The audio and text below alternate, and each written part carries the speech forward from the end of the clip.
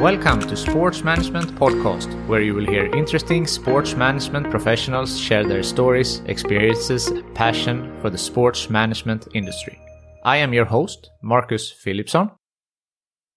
Today's guest is Mike Emery, the CEO at Joymo TV, an OTT platform to broadcast sports. Love took Mike from the UK to Norway, where he is now leading Joymo TV. He's also the founder and board member of the British international children's organization World at Play and board member for Zuccarellostiftelsen, founded by the Norwegian NHL player Mads Zuccarello. Get ready to learn about OTT in sports in the European market, how Norway's biggest media company snapped up all the rights from under Joymo's feet, what work Mike is doing with charities, how it was like moving to Norway, and much more.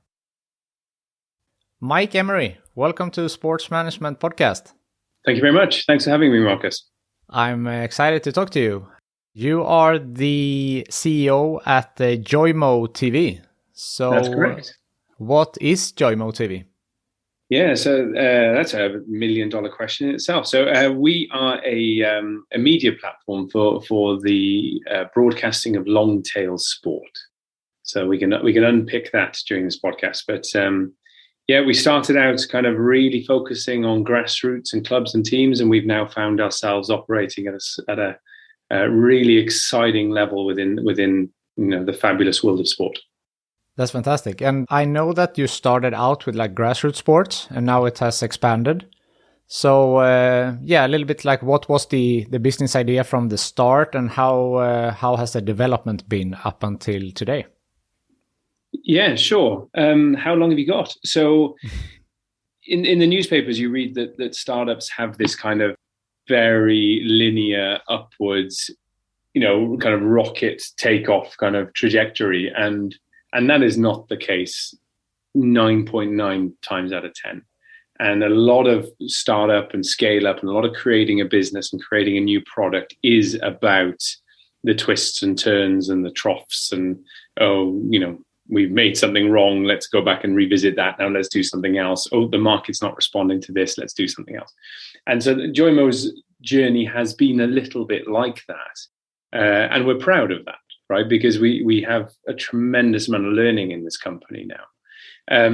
We started off with very simply helping grassroots clubs and teams in the Norwegian market to film their matches, distribute those matches both to fans, and also use those matches for analytics and coaching and just simply enabling players to watch their content, right, and get better as a result of that. We started there. And then we suddenly realized, hang on a second, the unit economics from these fans watching this stuff is really exciting. How can we scale this? And the reality was that was really hard for us to scale. And it was particularly hard for us to scale during a pandemic. And it was even harder for us to scale when Norway's biggest media company also saw what we were doing and just snapped up the rights to everything. Oh. So we then thought, okay, where do we go from here? And we listened to our customers and we saw just a tremendous opportunity to really focus on this notion of broadcast, but not limit ourselves to specific sports, go wide on broadcast and enable all of long tail, however we choose to define that, to really start monetizing and capitalizing on their content. So it's been a really interesting journey. And within that, we also created a camera. We spent 4 years building and creating an automatic tracking camera, which I still have a bit of PTSD from. That's awesome. So many things to talk about. Let's start what you said with COVID, because my assumption would have been that that's when it skyrocketed because people weren't allowed to go to their kids' games anymore and they could watch it live. So that would be like a gold mine. But then you say that wasn't the case. Yeah, and that's true because, sport wasn't happening. So for a long period of time, grassroots and long tail sport was actually stopped. So yeah, we kind of had a platform ready to stream, But, and I'm the father of a 9-year-old, a 7-year-old, and a 3-year-old. And I know from firsthand experience that their sport had stopped. They wanted to play sport and they couldn't play sport. And so we for the first, probably 7-8 months of the pandemic, we had to find a way to survive without content happening. We're not a streaming service like Zoom, right? Where Zoom just exploded in growth because people needed to have meetings. We were sat there waiting for sport to come back. And then sure enough, when sport did come back, and there was that whole period where people couldn't attend games and so on, we saw some really nice growth in the Norwegian market. But exactly at that time, we lost the rights to everything. I see. So it was a bit of a double edge. I mean, that is the nature of this beast, right? Like you have to respond to both external and internal challenges of both the market and the business. So. Yeah. Maybe we go into legality of things, but you say you lost the rights. So what type of rights are there to film a youth soccer game, and how come that Norwegian's big media company could just pull the rug from under you? Isn't it fascinating? Fascinating. I was stood with my board when I started this, and I said, this is not a rights game, because nobody in their good mind is going to provide exclusive rights to a 14-year-old, 15-year-old, 16-year-old girls or boys handball, basketball, football game. And I thought to myself, I was smugly feeling, I am so right. But unfortunately, I was proved totally wrong. And through a fabulous mixture of tremendous innovation from the media company and wonderful nepotism that exists within the Norwegian market, this company was able to they basically purchased the top level rights for their sport, for a sport. And in purchasing the top level, they secured the exclusive rights to everything else for 10 years, 12 years. Phenomenal. I have not seen it done in any other market so far. And that just trickled down to the youth teams as well? Yeah. So it became a media property overnight. So grassroots became a media property. And that was a really difficult pill for us to swallow, because one, we felt like we'd created that problem, right? We went to clubs and teams and said, guys, film, sell tickets, sell season tickets, make a bit of money. There's some great Swedish companies that have been doing this as well, right? Don't give this stuff to Facebook and YouTube, because you're losing the value. So do it this way. Yeah, and they did, and it was really exciting. And then, unfortunately, the wrong people paid attention to that, and suddenly it became a media property. So that was tough. So we had a bit of a double whammy. We had COVID, and then we had the market telling us that we'd been thinking about this all wrong, because we thought it wasn't right, and it turns out it is right. Yeah, and so that is the bumpy nature of a startup, right? Yeah, I'm sure. And then you also mentioned that you have created the camera. You have that, so now you have the software and the hardware. So no, we don't. No, we have, yeah, right. So you're also now visually experiencing the nature of a startup. We did create a camera. We spent 4 years creating a camera, something to get installed at venues, and it was good. I mean, we really pulled that forward fast. But then COVID changed lead times on products of that camera from 12 weeks to 52 weeks. So they were like, okay, that's going to be tough to manage. But then also, I don't want to have that liability of 500, 1,000, 5,000 cameras installed in the market. There are really great companies that do automated broadcasting. So our product now can enable any automated camera to deliver a stream to the Joymo platform. So we call ourselves hardware agnostic, right? Whether it's a GoPro or a fabulous Pixelot camera from the Israeli company or a Huddle camera from the US, just send it to the Joymo platform. Did you tank that project, or you still have the camera? No, we don't have the camera anymore. Oh, okay. We decided to, I'm not sure if my board is listening to this, I wouldn't describe it as tank. But sorry for that. We did decide to draw that project to a close properly. Yeah, that's better. Sorry about that phrasing. No problem. So, very exciting company. You mentioned this Norwegian media company. So are you operating in Norway exclusively, or are you in other countries as well? No, so we decided. I love this country, and I love the people, and I love sport in this country. Apart from that whole nepotistic, give your rights to your mates business, but it's also quite a small country, right? So it's 5.5, 6 million people. So it would be quite dangerous for us that we require scale. We require lots of content to grow this business. So we responded to the challenges of the pandemic in the market and thought, hang on a second, we don't need to just focus on Norway. So we took this out into the market, into North America and into the UK and into Europe as a whole. And we've had some really exciting kind of, I was going to say first movements. I mean, we've been basically operating internationally for a year and a bit, and that's been a really exciting project so far. So, I would say that our primary market now is the UK. Okay. How's the legal rights and the media rights in those countries? Have you had any difficulties on that part there as well? I mean, it varies hugely depending upon, as you say, the country, but also upon the sport and upon the existing media interest within a particular sport. But what we're finding is that largely, the area that we're operating in is not typically at the rights level, right? We're not coming up against Sky Sports and ESPN and things like that. What we're seeing is that the content that is coming to the Joymo platform today has historically been going on YouTube or Facebook Live or something. And what our customers are realizing is that in doing that, they're getting eyeballs on content, but what are they giving away every time they do that in order to get a few eyeballs? And they're not able to connect eyeballs on the content with a growth in participation.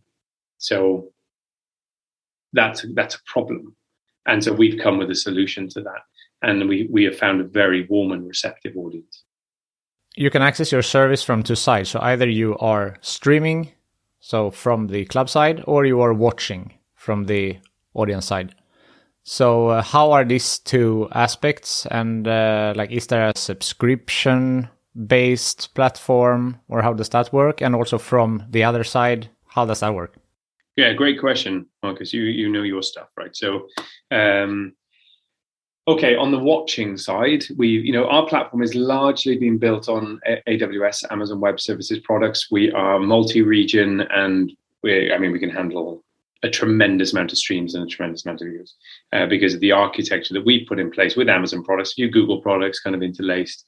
The whole kind of that kind of video pipeline is very robust here at Joymo. So on the watching side, fans receive links to content just like they would a YouTube link, and they click the link and they get to the page that's been created for a specific event or a specific club or team, and then they're invited to watch that content. And they're either invited to watch that content. Sometimes it's free, not very often because the clubs are wanting to monetize. But you either buy a season ticket, or you can buy a weekend pass, or you can buy. I mean, there's all sorts of kind of consumer-facing products that we can give you, right? But largely, it's subscription-based with a good mix of pay-per-view, right? Good old PPV. Yeah. They purchase that content, and then they can watch that content, and they watch it on the Joymo web, right? Or they can Chromecast or send it to their Apple TV or whatever. And lots of people do, which is really exciting. On the streaming side, what we've done is we have kind of two products here, which we call Joymo Share and Joymo Connect. Joymo Connect is, we've already mentioned, that's any camera. And you basically you get an RTMP link, and you just basically just send it through to the Joymo platform, and then the viewers are able to watch it. Joymo Share is a really interesting product that we've created. We started about 6 months before the pandemic, and it's a really exciting product where basically it's an app that we've developed where you log in, you can schedule all your streams, or you can see all the streams that have been scheduled for you to film, and you film that content with the app. If it's basketball, or if it's handball, or if it's football, or if it's even bowls or whatever, we've created all sorts of scoreboards that the streamer can stream with. So then they stream and they do commentary and they do the scoreboard. And then at the viewer side, they're getting a much more elevated experience than they would on Facebook Live, right? You've got a scoreboard, you've got commentary, you've got a timer, you've got kind of information about who else is watching at that given time.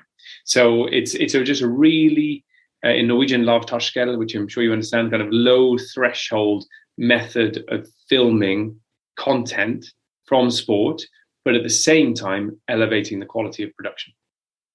Yeah, because I wanted to ask you about that with the quality. So when if a team uses their own camera to stream, are there any restrictions on quality? Because if someone is watching and the quality is poor, maybe that might reflect badly on you as a company.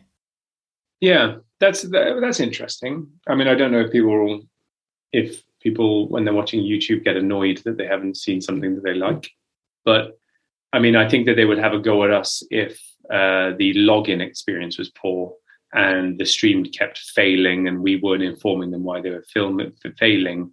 We are a conduit by which clubs and teams and events and leagues can reach their fans and communicate directly with their fans. They're using the Joymo platform, but all the information around, okay, pay, let's say, $30 a year to watch this for a full year. I mean, that's coming from the content creators. It's not coming from Joymo. So we tend to get complaints from customers when they struggle with their login, not when someone's big head has got in the way of the camera, for example. I think they understand that that's the content creator's responsibility to make sure that the big-headed fella doesn't stand up in front of the camera. Yeah, I understand that. Talking about your role as CEO of the company, what is it that your role includes? That's a good question. What does the role of a CEO in a sports company include, and what does the role of a CEO in a startup include? Are probably two different things, right? So I've been in this business for 4 years, and I would say that my role has been as bumpy as the experience of building the company. Where I am today, I mean, I have a fantastic team at Joymo. We're about 30 people in total. We have 10 that are our remote development team based in Chennai, and we have 20 that are spread between the UK and Norway. We have out of that 20, we have about 10 to 12 that work on research and development and on tech, and then the rest of the commercial and management team. I manage my fantastic COO and my head of product, and the three of us represent the management team. So I've got that side of my work, which is basically just being the CEO and making sure that this business moves in the same direction and people are pretty happy in their work. I then have all responsibility for board management and investor relations and things like that, which is a really, I think, fascinating piece of work. And I get to meet some really brilliant people as part of that. But then also I'm currently the VP of sales. So we are signing agreements with rights owners in a number of different countries, long-term agreements where we're talking about their content and the value of their content and how that content will be delivered to the platform, and then obligations on Joymo to deliver analytics back and data feedback, to the rights holder. Those are complex agreements, and as VP of sales, that's my job to manage the sales team and deliver on those agreements and on the pipeline. So I don't want it to always be that way, because I'm sure that you can hear that that's quite a lot of work. But right now, because of my connections in the UK market and because I'm pretty passionate about this, I'm probably the right guy for the job until I can find a girl or boy to take over for me. I see. So the future plan is to hire a VP of sales down the road. It is. We actually have an application out at the moment for a VP of sales. We've got some really nice applicants coming in. So, let's see where that ends up. But I'm really hopeful of adding a passionate and motivated and energized person, particularly someone that really understands this kind of sales pipeline and the sales timeline to the team. So let's see where that ends up. Exciting. Yeah, looking forward now. What can we look forward to with regards to Joymo TV? Well, I think that there's going to be some really exciting agreements that we're going to be announcing in the media over the next 2 months. We won't be doing it now because we're right in the middle of the summer holidays, and you don't want to drop an exciting news story right now. So I would think if you look forward to us in, let's say, end of September, you will see half a dozen really exciting announcements having been announced, which is good. We intend to deliver on those partnerships. One that I'm really excited about is our partnership with Ireland Basketball. So what we're doing with those guys, and this will probably be replicable with a number of our different agreements, is we're actually building them their own OTT platform. So then viewers, they'll still kind of watch it on Joymo, but the whole experience will look and feel and breathe like Irish basketball, but everything will be powered by Joymo. This was a decision that we took with them. They had good reasons why. We had good reasons also why this would be a good idea for them. Their CEO is a tremendous guy and super kind of forward-leaning. So that will be released in early September. And so from the fan experience in Ireland, I think that's just super cool. They can consume their top stuff, all their elite leagues, and all their kind of schools and youth tournaments all in the same place, rather than on YouTube where you got to fish around and you don't know what's the most up to date. And, that's a really exciting project that we're working on. Yeah, that's amazing. Is that something maybe that you could have with more teams and organizations, or is that something exclusive to Ireland basketball? No, this is something that we think could really be the future of delivery of this type of content. So our product is complete. We're ready. We can do it with other rights owners. So expect to see a replication of this model through the Joymo product going forward. But we will still aggregate. So there will still be a Joymo.tv experience, and we'll certainly aggregate the data learnings. But on the viewer experience, we'll probably move more and more in this direction. This episode is sponsored by InSport Education, the online business school for sport. Right now, they are offering course recordings on demand for only £199. Private equity in sport, sustainability in sport, or governance in women's sport, take your pick. As always, you get 10% off all courses with the code SPORTSMANAGEMENTPODCAST10. Click the link in the description below to see the complete course list. Except for Joymo, you also do some other projects. I liked your Instagram bio that said, I have 2 charities and 3 children. So there is the Zuccarellostiftelsen, which is Mads Zuccarello, the ice hockey player. Yeah, that's right. And World at Play. Correct. So what are these and what are you doing for them? So my head teacher in my sixth form college, or my when I was 16 to 18 years old, on the leavers dinner, he said to us all, making a difference doesn't have to mean making a big difference. And I was listening a little bit too carefully because it really resonated with me. I was 18 years old. And I thought, well, surely we should all just try and do something big. And then I realized, no, what he's saying is we can all do something. It doesn't have to be massive, but if we all do something, then the world will be a bit of a better place. So when I was 23 years old, I decided to set up 21 years old, I decided to set up a children's charity that uses sport and play as a tool for helping children recover from the experience of being a refugee or conflict and war. Yeah, so that was in the early 2000s now. So that was 2004. That charity still runs today, and I'm on the board of that charity, and we have paid employees, and we work in care homes and refugee camps in Europe with kids. And I'm tremendously proud of that. And then I decided not to work with that full time. I decided that I wanted to do some other stuff. Long story short, I moved to Norway, and it was hard as a British person to integrate into Norwegian society. Not because Norwegians aren't kind and caring, because they are, but because I was rubbish on skis, for example. Okay. Or I just wasn't. I'd grown up playing cricket. No one really cared about cricket here, believe it or not. So I thought, it's fine. I can handle that. I can go buy myself a set of skis, and I can go and learn to ski, and I can integrate myself because I'm an adult. But I thought to myself, what about young kind of refugees coming to this country? Because this was right around the time when the Syria conflict was really bad, and there was lots of young refugees coming to Norway.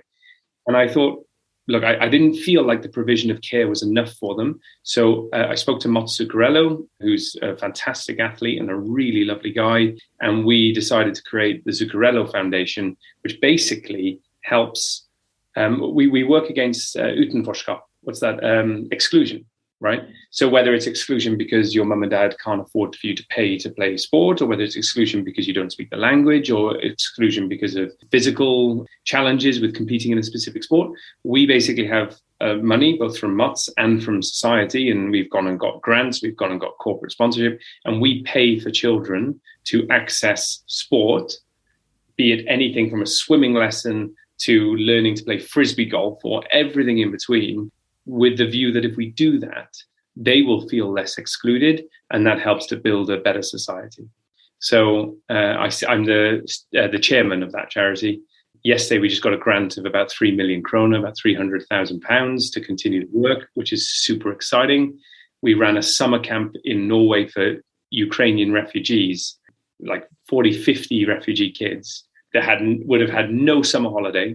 We gave them one, and we made them feel welcome into Norwegian society. So yeah, really proud of that. So I have that, and I also have 3 kids.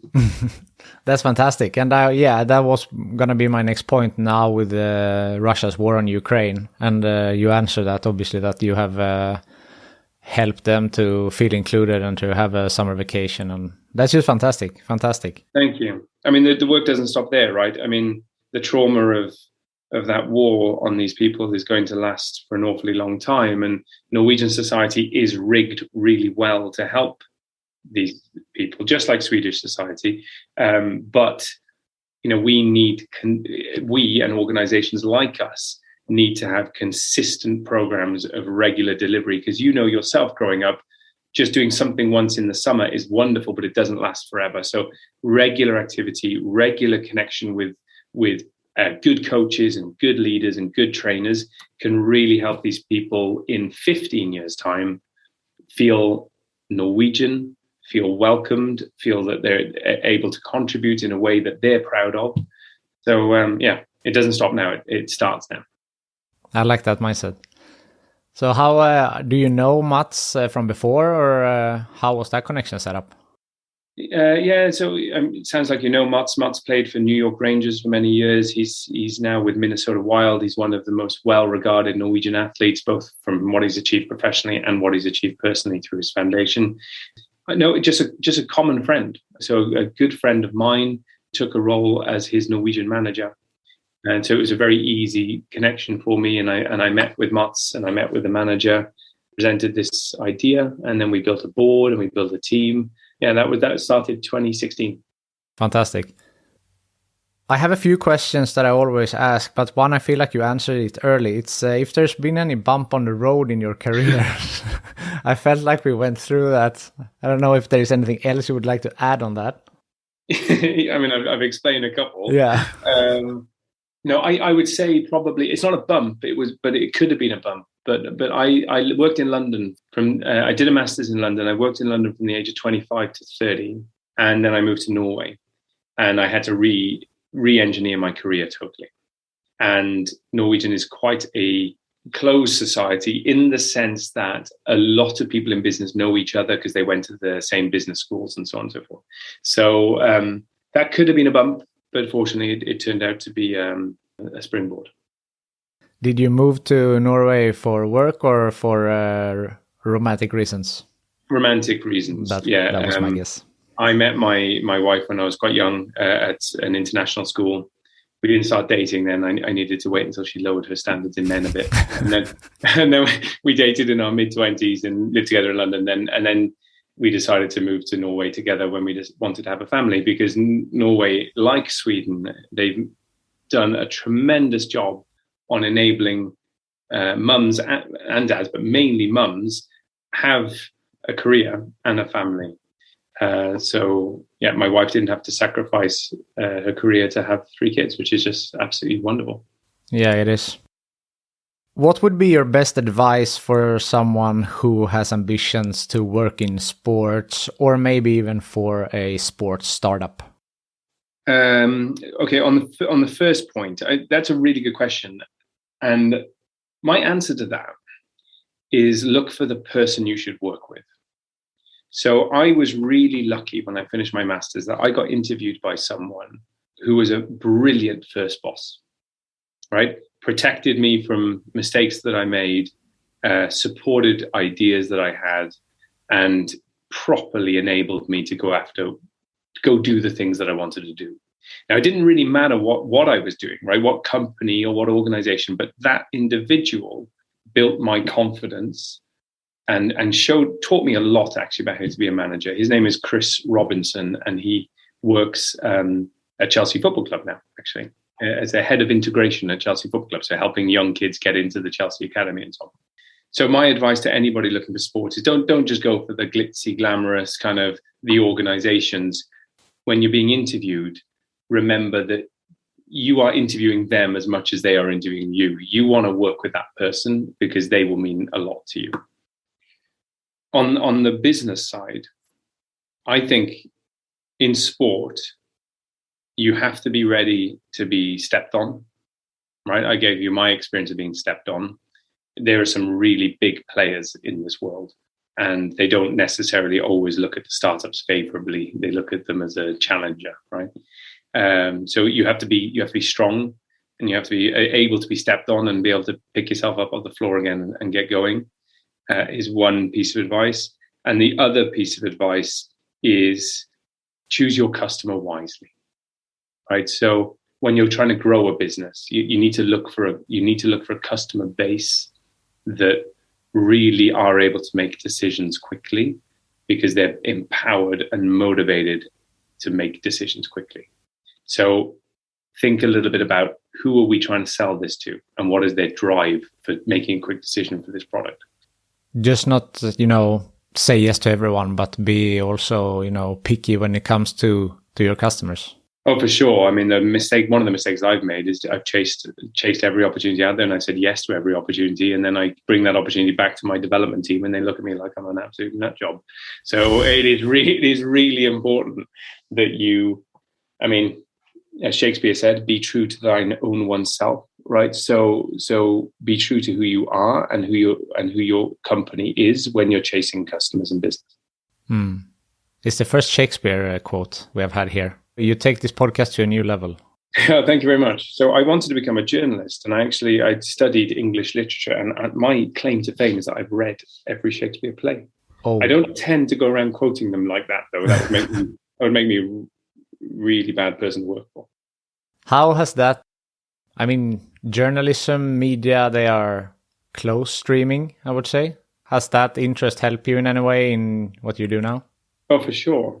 I wanted to become a journalist, but decided to create a children's charity, and I'm tremendously blessed because I think I'm working in a media company right now. This is a media company, and when I was 15 years old, I took what's called a work experience placement at a newspaper in South Wales, and I was working with the sports journalists, and we were traveling around South Wales, and I was writing stories about sport.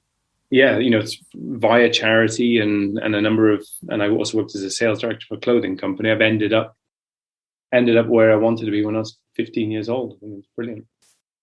One question that I ask everyone, and you have mentioned a few names already, but if you could choose the next guest on this podcast, who do you think that I should talk to?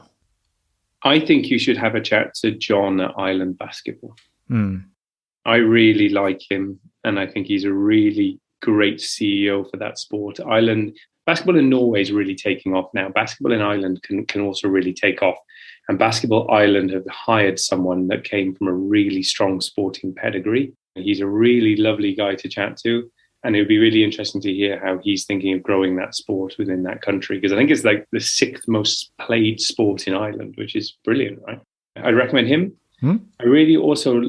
I was on a panel session recently in Lausanne with a guy called Johnny Cohen, who's heading up the World Table Tennis Tour, which is like a new kind of almost like a professional league within table tennis. He's brilliant. He's excited and he's motivated and he's got some great ideas. So he'd be a really good person to talk to.